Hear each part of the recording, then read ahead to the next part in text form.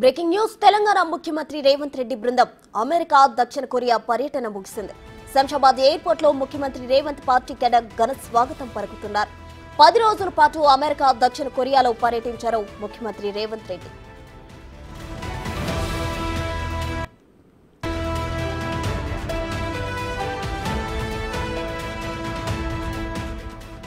ఈ నెల 3వ తేదీన అమెరికా బయలుదేరిన సీఎం అమెరికాలో 50కి పైగా బిజినెస్ మీటింగ్స్ జరిపి 19 కంపెనీలతో ఒప్పందాలు కుదుర్చుకున్నారు.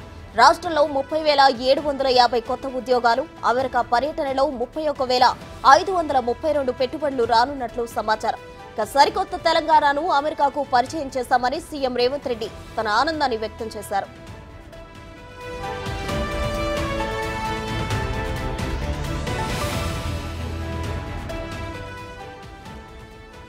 విదేశీ పర్యటన ముగించుకొని సీఎం రేవంత్ రెడ్డి శంషాబాద్ చేరుకున్నారు. దీనికి సంబంధించి మరిన్ని వివరాలు మా డిప్యూటీ బ్యూరో చీఫ్ సాదిక్ అందిస్తారు. సాదిక్, చెప్పండి, మీ దగ్గర ఉన్న తాజా సమాచారం.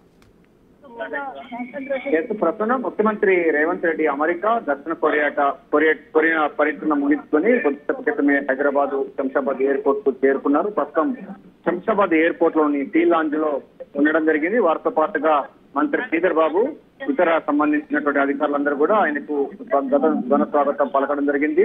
10 రోజుల పాటు అమెరికా, సౌత్ కొరియాలో విస్తృతంగా పర్యటించినటువంటి ముఖ్యమంత్రి రేవంత్ రెడ్డి రాష్ట్రంలో పెట్టుబడులు పెట్టే లక్ష్యంగా ఈ పర్యటన కొనసాగింది. అమెరికాకు సరికొత్త తెలంగాణ పరిచయం చేశారు ముఖ్యమంత్రి. తెలంగాణ ఫ్యూచర్ స్టేట్ గా ప్రకటించిన ముఖ్యమంత్రి రేవంత్ రెడ్డి ఈ తరహా సంబంధించినటువంటి పెట్టుబడి పెట్టాలని కూడా చాలా కంపెనీలకు ఎంఓయూలు కుదుర్చుకోవడం జరిగింది. మనకు అమెరికా పర్యటనలో భాగంగా 31,532 కోట్ల మేర కూడా పెట్టుబడి పెట్టేందుకు సంసిద్ధత వ్యక్తం చేయడం జరిగింది. 50 కంపెనీలతో ఇష్టాగోష్ఠిగా మాట్లాడినటువంటి ముఖ్యమంత్రి రేవంత్ రెడ్డి 19 కంపెనీలతో ఎంఓయూలు కుదుర్చుకున్నారు. దీని ద్వారా మొత్తం 30,750 ఉద్యోగాలు కూడా భర్తీ కాబోతున్నాయి.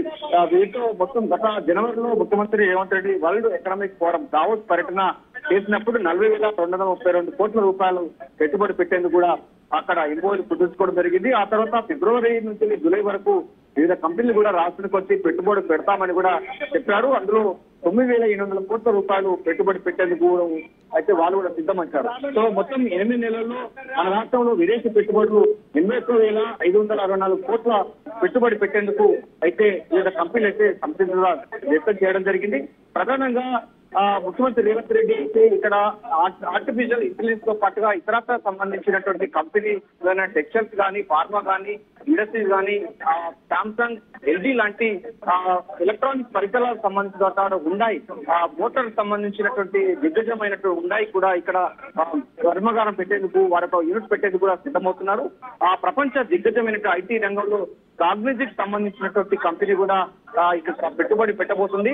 ఈ రోజు ముఖ్యమంత్రి రేవంత్ రెడ్డి సాయంత్రం 4 గంటలకు దానికి ప్రారంభించబోతున్నారు. మనకు విజువల్స్ చూస్తున్నాము. ప్రస్తుతం ముఖ్యమంత్రి రేవంత్ రెడ్డి ఈ వారం కూడా వస్తున్నారు. సో ముఖ్యమంత్రికి ఘన స్వాగతం పలికేందుకు ఇక్కడ మహిళా కార్యకర్తలు, నాయకులందరూ కూడా ఇక్కడ తండోపతండలుగా రావడం జరిగింది. తెలంగాణ సంబంధించినటువంటి పెట్టుబడి పెట్టేందుకు ముఖ్యమంత్రి రేవంత్ రెడ్డి తీసుకొచ్చినటువంటి కార్యకర్తలకు, నాయకులకు అభివాదం చేస్తూ ముఖ్యమంత్రి రేవంత్ రెడ్డి వారితో మమేకమవుతున్నారు. తెలంగాణ రాష్ట్రం సిద్ధించింది, తెలంగాణ సాకారమైనటువంటి రోజు ఎంతైతే సంతోషంగా ఉందో ఆ తరహా సంబంధించిన సంతోషమే వ్యక్తం చేయడం జరిగింది. ప్రధానంగా చూసినట్టయితే కార్యకర్తలు, నాయకులు అందరూ కూడా ఇక్కడికైతే ఆయనకు ఘనస్వాగతం పలుకుతున్నారు. పూలమాలలు, అది శాల్వాలు సత్కరిస్తున్నటువంటి పరిస్థితి ఉంది. మనకు ప్రధానంగా చూసినట్లయితే శ్రీధర్బాబు సార్ మాట్లాడే ప్రయత్నం, మీరు దావోస్ పర్యటన కూడా సరిగా మాట్లాడలేదు. ప్రధానంగా